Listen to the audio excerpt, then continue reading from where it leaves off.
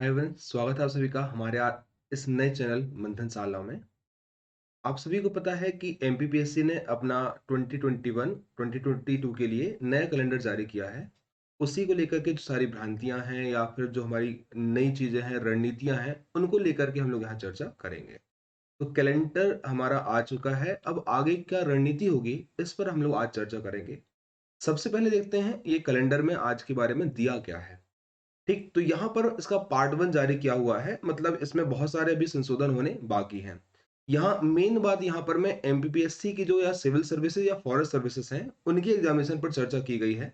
देखते हैं एक-एक करके यहाँ कौन-कौन सी एग्जामिनेशन का वर्णन है। सबसे पहले बात करेंगे इस पूरे एग्जामिनेशन के सिस्टम में, यहाँ आपको नजर आती हैं कुछ वैकेंसीज जिसमें 2019 की वैकेंसी थी, उस पर सबसे पहले हम लोग चर्चा करेंगे।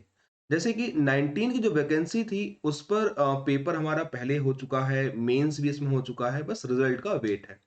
तो यहाँ साफ-साफ कहा गया है कि रिजल्ट जो होगा मुख्य रूप से जब अंतिम चयन जो परिणाम होगा, उसमें नीचे एक लाइन आपको पढ़ना ज़रूरी है, लिखा हुआ है, उपरोक्त भर्ती परीक्षाओं के अंतिम चयन परिणाम माननीय न्यायालय में लंबित प्रकरण में माननीय न्यायालय के आदेश के तत्काल पश्चात घोषित किए जा सकेंगे। तो मतलब जब हमारा यहाँ कोर्ट का डिसीजन आ जाएगा, ठीक, जो लंबित प्रकरण है 27% के आरक्षण को लेकर के 14% देना या 27% देना उस दृष्टिकोण से, तो उसका निर्णय जब आ जाएगा तब फाइनल हमारे पास अंतिम सूची देखने को मिलेगी। उसके पहले जो कुछ भी होगा सारी कहानी आपको नजर आ जाएगी। ठीक, अब यहाँ देखने वाली बात है, इन्होंने आनन-फानन में जैसे भी है दिसंबर 2021 में यहाँ पर मैं एक परिणाम जारी करने का एक लक्ष्य रखा हुआ है मुख्य परीक्षा का। ठीक, सीधी-सी बात है, यहाँ थोड़ा-सा एक प्रकार से स्टंट बोल सकते हैं, हमारे नए-नए अध्यक्ष बने हुए हैं, तो अध्यक्ष बनने के साथ में सिंपल सी कहानी आती है, भई क्या कर रहे हो आप? तो क्या करने के क्रम में एक हमारे पास में टाइम टेबल आ चुका है या कैलेंडर जारी हो चुका है। ठीक, लेकिन अब यहाँ सिंपल या एक तरीके से कॉम्प्लिकेटेड दोनों रूप में बात करें तो जब तक यहाँ कोर्ट का डिसीजन नहीं आएगा, आप यहाँ मुख्य परीक्षा का निर्णय कैसे देंगे और फिर क्या जब आएगा तो फिर सारी प्रक्रिया को फिर से चलाएँगे, तो थोड़ा एक संशय बना हुआ है। मेरा मानना है कि सारी बातें जैसे कैलेंडर में आई हुई है वैसी ही हो जाएँ, बहुत अच्छी बात है। ठीक, हमारे सबके लिए बहुत अच्छा मौका मिल जाएगा कि इतने दिनों से एक प्रकार से अकाल लगा हुआ है हमारी पीएससी में, उसमें कुछ तो सुधार नज़र आएगा। अब बात करेंगे अगला, जो एक और थी फॉरेस्ट सर्विसेज का पेपर, उसका भी रिजल्ट आना है दिसंबर में और उस दिसंबर के बाद फाइनली हमारे पास में एक तरीके से इंटरव्यूज होंगे फरवरी 2022 में और जो रिजल्ट होगा मार्च में आएगा, ठीक, 2022 में। अब बात करेंगे अभी जो एमपीपीएससी 2020 उसका प्रीलिम्स का पेपर आपका हो चुका है, 25 जुलाई को हुआ था। इस पर भी सेम कहानी है, रिजल्ट को लेकर के संशय बना हुआ है, कोर्ट का डिसीजन का वेट सब लोग कर रहे हैं। ठीक, तो अब दिसंबर में यहाँ रिजल्ट आने की कहानी इन्होंने दिया हुआ है कि प्रारंभिक परीक्षा का परिणाम जब कब आएगा, दिसंबर में आएंगे, एक आपका फॉरेस्ट सर्विसेज भी और सिविल सर्विसेज का भी। और इसके अनुरूप मेंस जो होंगे वो कब ले जाएंगे, अप्रैल में ले जाएंगे। देखो अप्रैल का टाइम यहाँ डेट दिया हुआ है। इसी प्रकार से मेंस का रिजल्ट जो आएगा वो आपका जुलाई मई का दिया हुआ है। हम यहाँ रिजल्ट की बात नहीं करेंगे, हम तो चाहते भी है टाइम पे पेपर हो जाए, बस इससे ज्यादा कुछ नहीं चाहिए।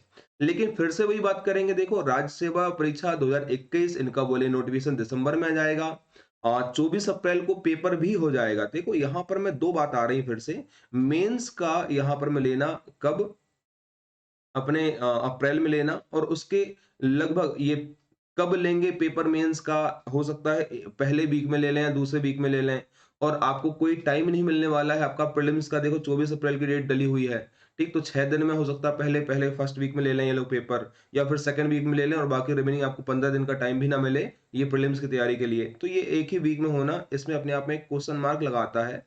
अब तक देखो जितनी बार भी इन्होंने एक ही वीक में प्रीलिम्स और मेंस का बताया हुआ है अभी तक में, वो पेपर हमारे आगे कहीं न कहीं पोस्टपोन हुए हैं और थोड़ा आगे-पीछे कहानी इसमें आई है।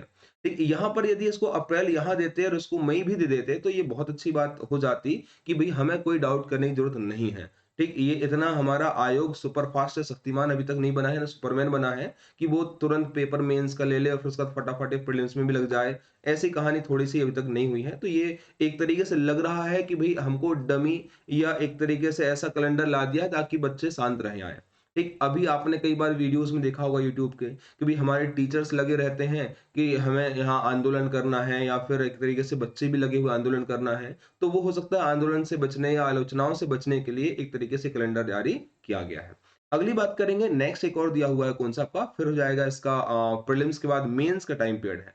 तो इन सब के बावजूद नीचे एक और बात लिखी हुई है, प्रस्तावित कार्यक्रम में परिस्थितिवश परिवर्तन संभव है। मतलब कि ये पत्थर की लकीर नहीं है कि जैसा कह दिया गया है या जैसा बता दिया गया है वही हो जाएगा। इनके अलावा और अन्य प्रकार की परीक्षाएं विभागों से प्राप्त जो मांग पत्र हैं उनके अकॉर्डिंग भी लिया जाएगा। अब एक और बात यहाँ क्वेश्चन मार्क आता है कि भाई आयोग ने अभी कुछ 3 पेपर को भी पोस्टपोन किया हुआ था। ठीक है ना? आपने शायद देखा होगा, अभी उनके फॉर्म भी भरने वाले हैं दिसंबर में। ठीक, उनके बारे में कहीं से कहीं तक इसमें दिया नहीं गया है। अब भाई जब आप प्लानिंग कर रहे थे तो कैलेंडर 1 पेज का प्लानिंग होती है इतने दिनों में क्या? आप तो बाकी प्लानिंग करके भी डाल देते, सीधी-सी बात यहाँ पर में थी। तो ये किस तरीके से प्लान किया गया है एक अलग कहानी है। लेकिन हमें ये मान के चलना है एज़ अ स्टूडेंट, आलोचनाओं को दूर करो, राजनीति को दूर करो या इनकी सारी बातों को दूर करो। हमें एज़ अ स्टूडेंट ये मान के चलना है कि हमारा पेपर टाइम पे हो जाएगा। अब बात आती है भाई इस पूरे सारी कहानी में क्या कैलेंडर के अनुसार पेपर होंगे? हम मान के चलेंगे हाँ, कैलेंडर के अनुसार पेपर होंगे, तभी तो तैयारी करेंगे ना, ठीक है ना? दूसरी बात, अब फिर से कोविड रिटर्न्स या कोरोना रिटर्न्स की बात आ रही है कि क्या थर्ड लॉकडाउन लग जाएगा? तो अभी तक की सरकार की जैसे आईएलटीएस की गाइडलाइंस थी, सरकार ने साफ-साफ कहा हुआ है कि भई अभी हमारा कोई मूड नहीं है लॉकडाउन लगाने का। जितने भी बाहर से आने वाले पैसेंजर्स हैं, क्योंकि भई ओमिक्रॉन जो वायरस है वो कौन लेकर आएँगे? ये लोग आएँगे, ये बाहर से आने वाले। तो इनको भी हमने यहाँ क्या किया हुआ है, इनको अलग से एक तरीके से निगरानी में रखने का या एक तरीके से बात करेंगे इनको अलग रखने का पूरा प्रावधान किया हुआ है। हो सकता है कोशिश सरकार की रहे, सब लोगों की रहे कि इसको हम लोग यहाँ पर में कंट्रोल कर लें। बाकी इन लोगों से स्प्रेड नॉर्मल या हमारे लोगों तक में ना हो पाए। ठीक? और बाकी जो पुराना डेल्टा वेरिएंट जो चल रहा था, अभी तक में जो केस आ रहे हैं, उनको चलने देते हैं तो भी कोई दिक्कत नहीं, क्योंकि हमको लगभग मैक्सिमम लोगों को वैक्सीन लग चुकी है, तो वो थोड़ा-सा कंट्रोल इसमें मिल जाएगा। अब कोर्ट केस का क्या प्रभाव होगा? तो भैया कोर्ट केस का सबसे ज़्यादा प्रभाव पड़ने वाला है हमारे इस पेपर में।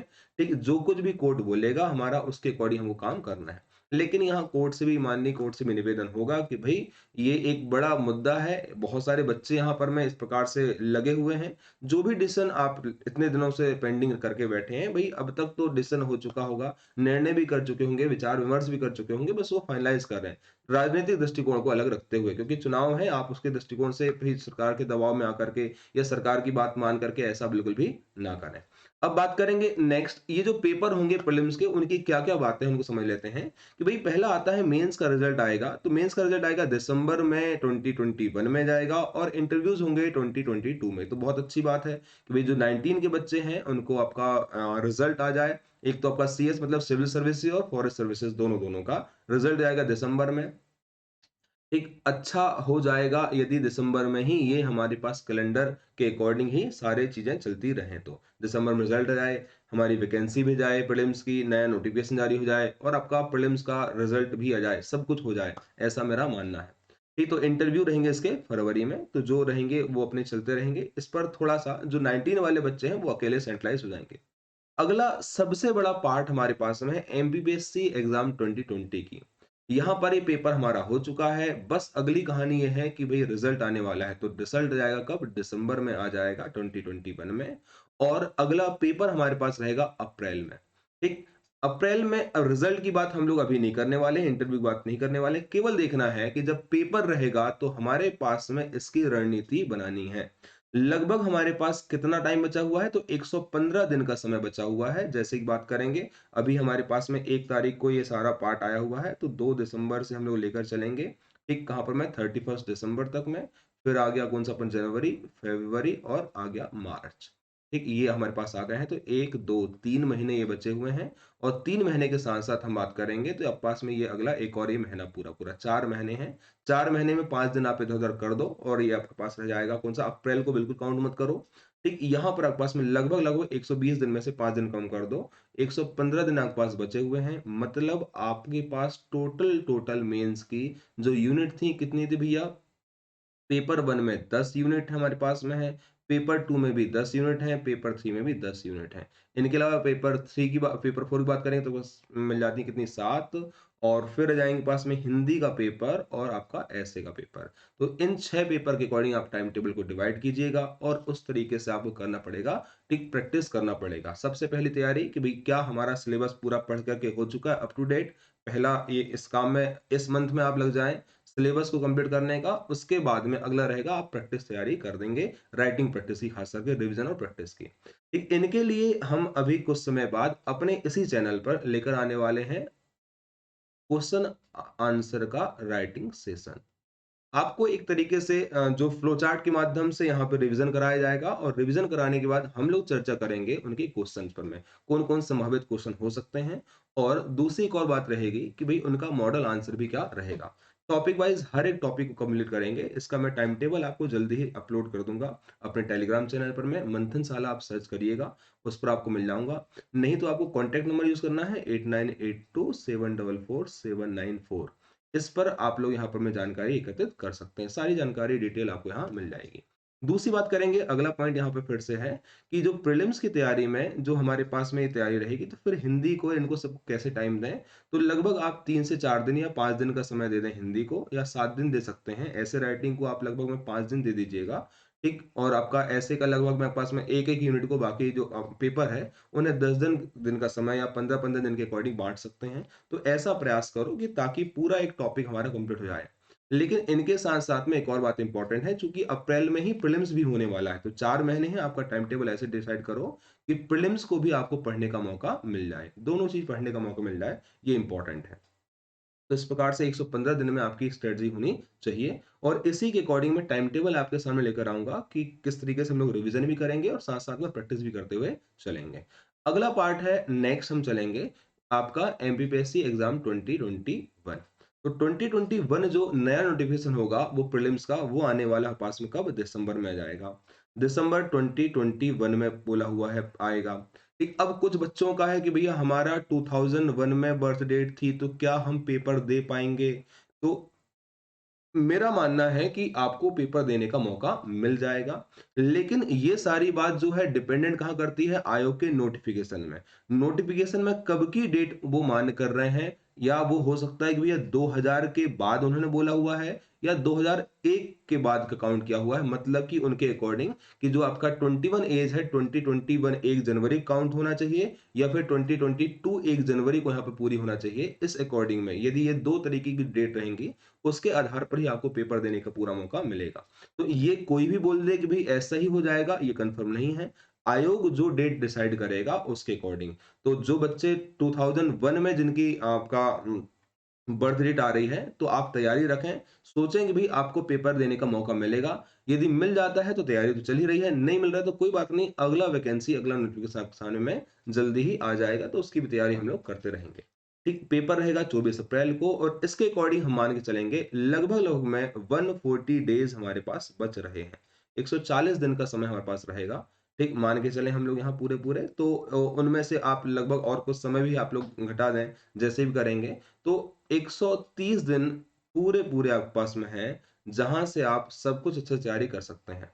तो इनमें आपको प्रीलिम्स की तैयारी को बेसिक फ़ोकस करना है, और उनके बाद हमें मेंस जो बच्चे 2020 का देने वाले हैं, उनको भी अपनी तैयारी को बढ़ावा देना पड़ेगा। तो प्रीलिम्स के अकॉर्डिंग भी आपकी प्रैक्टिस के लिए एमसीक्यूज़ वाला पार्ट और जो पास्ट ईयर के क्वेश्चन हैं, ठीक, उनके भी एक प्रकार की सीरीज़ मैं इसी प्लेटफ़ॉर्म पर लेकर आऊँगा, ताकि आपकी प्रैक्टिस डेली चलते रहे। तो दोनों टाइम हमारे पास यहाँ मिलने वाले हैं।